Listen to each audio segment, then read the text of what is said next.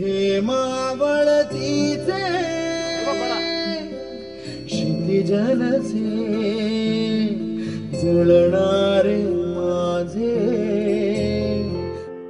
कवितेच्या प्रांतात मनसोक्त मुसाफिरी केल्यानंतर आता नितीन तेंडुलकर आपल्या समोर गीतकाराच्या भूमिकेतून येत आहेत. ज्येष्ठ साहित्यिक राजन खान यांच्या सत ना गत या प्रसिद्ध कादंबरीवर आधारित असणाऱ्या सिनेमाचा मुहूर्त नितीन तेंडुलकरांनी लिहिलेल्या गीतध्वनी मुद्रणानं करण्यात आला. गाणं लिहिण्याची माझी पहिलीच वेळ आहे, परंतु ही कादंबरी मला दिग्दर्शक राजू पारसेकर यांनी वाचायला दिली आणि मला सांगितलं की या गाण्याचं थीम सॉन्ग तुला लिहायचं आहे. तर माझी मोठी पंचायत झाली, कारण गाणं यापूर्वी मी कधी लिहिलेलं नव्हतं. मी नेहमी कविता लिहिल्या होत्या आणि त्यासुद्धा बहुतेक सगळ्या मुक्तछंदामध्येच होत्या.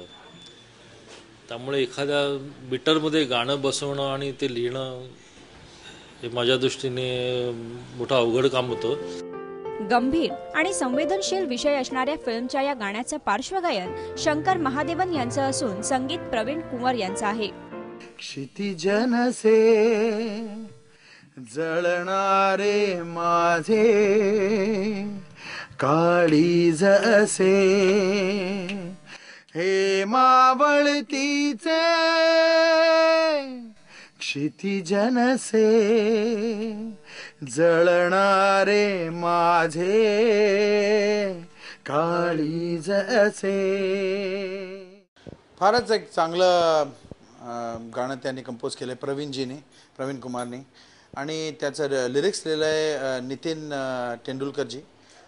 He is a poet. ते म्हणजे एक ॲडेड ॲडव्हान्टेज आहे. जेव्हा पोएट्स गाणं लिहितात, लिरिक्स लिहितात, तर त्याचं एक एज म्हणतात ना, आणि एक लेवल फार ते वाढतं.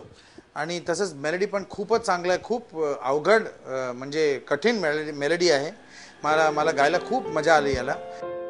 सत ना गतचा मुहूर्त अगदी दणक्यात झालाय. आता फिल्ममध्येही तितकाच दम असेल हीच अपेक्षा. ब्युरो रिपोर्ट, ABP माझा.